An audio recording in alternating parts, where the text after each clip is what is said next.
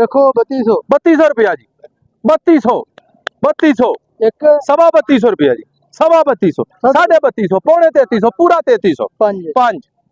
सवा 3300 रुपया जी 3 साढ़े 3300 रुपया जी 55 पूरा 3400 रुपया जी 5 पूरा 3500 रुपया नहीं पा 5 नहीं नहीं भैड़ा पूरा कोई नहीं पूरा 3505 रुपये जी 3505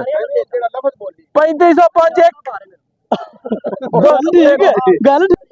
रूटीन वाले 9 वाले भी 3500 रुपया 3600 रुपया जी किदे वाले ਇਹਦੇ ਉੱਤੇ ਕੌਣ ਹੈ ਠੇਕੇਦਾਰ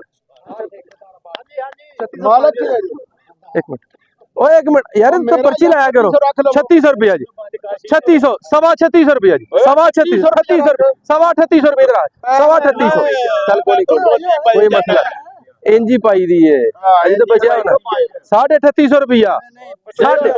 55 रुपये जी 3900 रुपया जी 3905 रुपये सवा 3900 साढ़े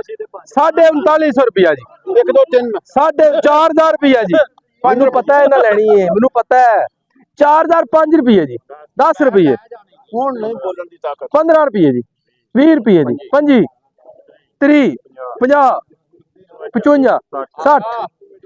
65 4100 रुपया 5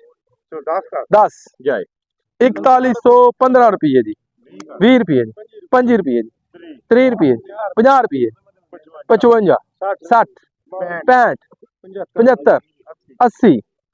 4180 एक तुसी भी पाने ने